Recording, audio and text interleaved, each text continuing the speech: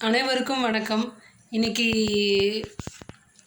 கமலாதாஸ் அவர்கள் எழுதிய என் சரிதம் அப்படின்ற அவங்களுடைய சுயசரிதையிலிருந்து முதல் அத்தியாயத்தை வாசிக்க போகிறேன்.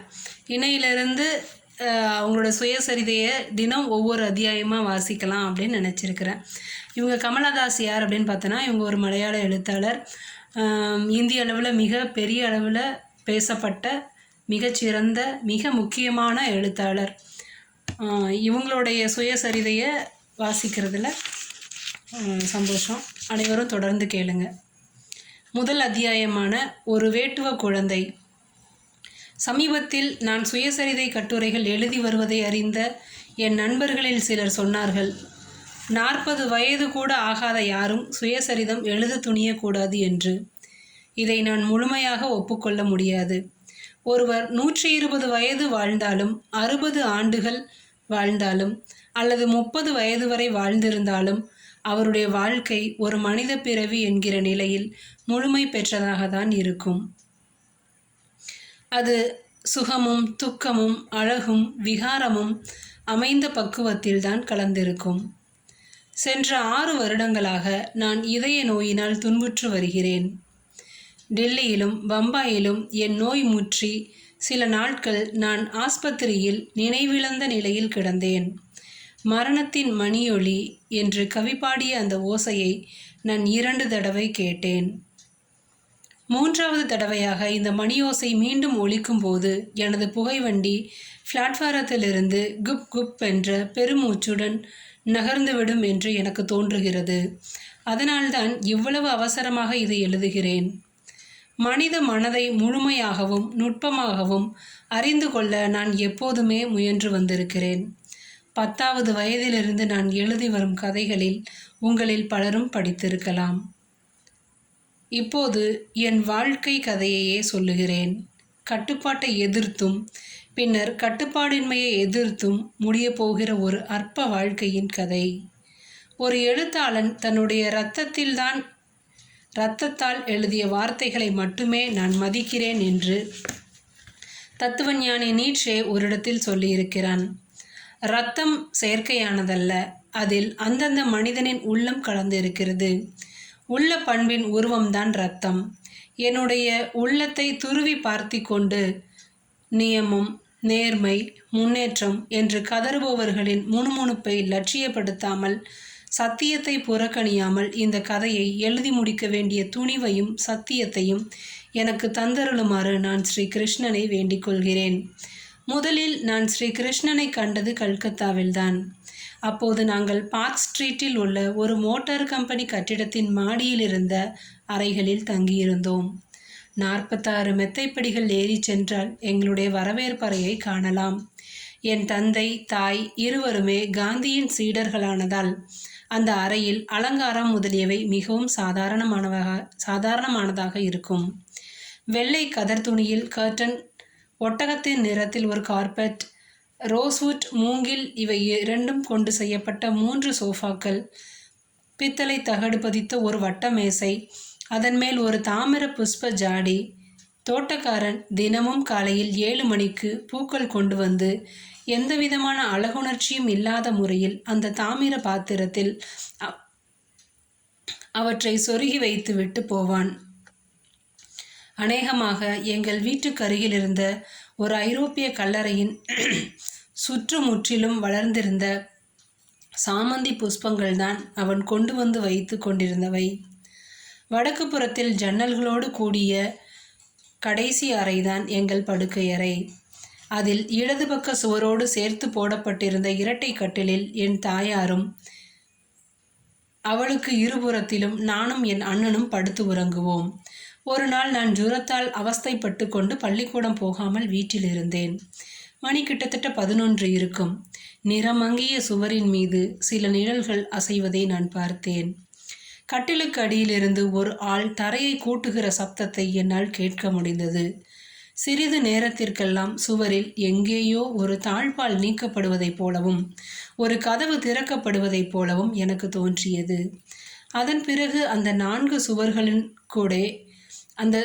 சுவர்களுக்கு இடையே வர்ண சித்திரமான ஒரு ஊர்வலம் போன ஊர்வலம் போல ஸ்ரீ கிருஷ்ணனும் அவனது சகாக்களும் பசுக்களும் எருதுகளும் சாகசமாக நகர்வது போல இருந்தது. பனிமூட்டத்தில் காணும் முகங்கள் தெளிவற்று தெரிவது போல அந்த முகங்கள் மங்கலாக இருந்தன. கண்களை மூடிக்கொண்டு பசுக்களின் கழுத்து மணியோசையை கேட்டுக்கொண்டிருந்தேன். என் தாயார் ஆச்சரியப்பட்டாள். 3 நாட்கள் இந்த கனவு காட்சி என் படுக்கை அறையில் நிலை பெற்றிருந்தது. அதன் பிறகு நான் ஒருபோதும் கிருஷ்ணனுடைய அழகிய முகத்தை காணவில்லை. ஆனால் இப்போதும் ஜனக்கும்பலில் முன்பு கண்ட அந்த முகத்தை, இப்போதும் நினைவில் நிற்கும் அந்த முகத்தை நான் தேடுவதுண்டு. என் தாயார் தெய்வ பக்தி உள்ளவளாக இருந்த போதிலும் எங்களை அவ்வாறு இருக்கும்படி ஒருபோதும் வற்புறுத்தவில்லை. எங்களை எந்த புண்ணிய தலங்களுக்கும் அழைத்து கொண்டு போனதாகவும் எனக்கு நினைவில்லை. தினமும் காலையில் ஒரு சிறு பாயை தரையில் விரித்து அதில் முழங்கால்களை ஊன்றியபடி உட்கார்ந்தவாறு என் தாயார் லலிதா சகஸ்ரநாமம் சொல்லுவாள். ஆனால் உறக்க சொல்லுகிற வழக்கம் கிடையாது. தெய்வத்தின் பெயருக்கு நேரு, காந்தி, ஹிட்லர் போன்ற பெயர்களுக்கு அந்த காலத்தில் எங்கள் வீட்டில் பெரியவர்கள் எவ்வளவு முக்கியத்துவம் கொடுத்திருந்தார்களோ அவ்வளவு முக்கியத்துவம்தான் நான் கொடுத்திருந்தேன். காக்கவும் அழிக்கவும் வல்ல ஒரு இரட்சகனாக ஈஸ்வரனை நான் அப்போது நினைத்திருக்கவில்லை. சுவரில் தலையை சாய்த்து கொண்டும் சிரித்து கொண்டும் நடந்து கொண்டிருந்த ஒரு தோழனாகத்தான் தெய்வத்தை கருதியிருந்தேன். அன்று கண்ட அந்த முகத்தின் சக்தி எனது உடலின் அக்னியிலும் வாயுவிலும் நீரிலும் கலந்திருக்கிறது என்பதை பிறகு நான் தெரிந்து கொண்டேன். அதற்கு பிறகு நான் எப்போதும் தனிமையை உணரவே இல்லை. எனக்கு 4 வயதாக இருந்தபோது எங்கள் வீட்டுக்கு 2 டியூட்டர்கள் வந்து கொண்டிருந்தார்கள். மத்தியானம் 3:30 மணிக்கு ஆங்கிலம் கற்றுக் கொடுப்பதற்காக வந்து கொண்டிருந்தவர் மிஸ்ஸஸ் செக்வீரா என்ற பெங்களூர் பெண்மணி. மாலை மறைந்து மலையாளம் கற்றுக் கொடுப்பதற்காக வந்து கொண்டிருந்தவர் கருப்பு நம்பியார். மிஸ்ஸஸ் செக்வீராவுக்கு அந்த வீட்டில் நம்பியார் வாத்தியாரை விட சுதந்திரம் அதிகமாக இருந்தது. அவர் என் தாயாரோடும் தகப்பனாரோடும் வெகு நேரம் பேசி கொண்டிருப்பார். என்னை அவர் கல்யாணி என்று கூப்பிடுவார். என்னை போன்ற முகஜாடை உள்ள கல்யாணி என்ற பெயர் கொண்ட ஒரு மாணவி முன்பு அவருக்கு இருந்தாளாம். அவ்வளவுதான். நம்பியார் சாயங்காலம் வந்தால் உடனே ஓசைப்படாமல் சமையலறைக்கு போய்விடுவார். அங்கே சமையல்காரனின் முன்னிலையில் என்னுடைய மலையாள பாடம் ஆரம்பிக்கும். நம்பியார் பருப்பு வடையும் தேநீரும் சாப்பிட்டுவிட்டு என் தகப்பனார் கண்ணில் படாமல் கவனமாக திரும்பி சென்று விடுவார். அந்த காலத்தில் மலையாள மொழிக்கு நம்பியாரின் நிறமும் தாழ்மையுணர்ச்சியும் இருந்ததாக எங்களுக்கு தோன்றியது. ஆங்கிலத்தில் ஆங்கில மாணவர்களையே தோற்கடிக்க வேண்டும் என்பதுதான் எனக்கும் என் அண்ணனுக்கும் லட்சியமாக இருந்தது.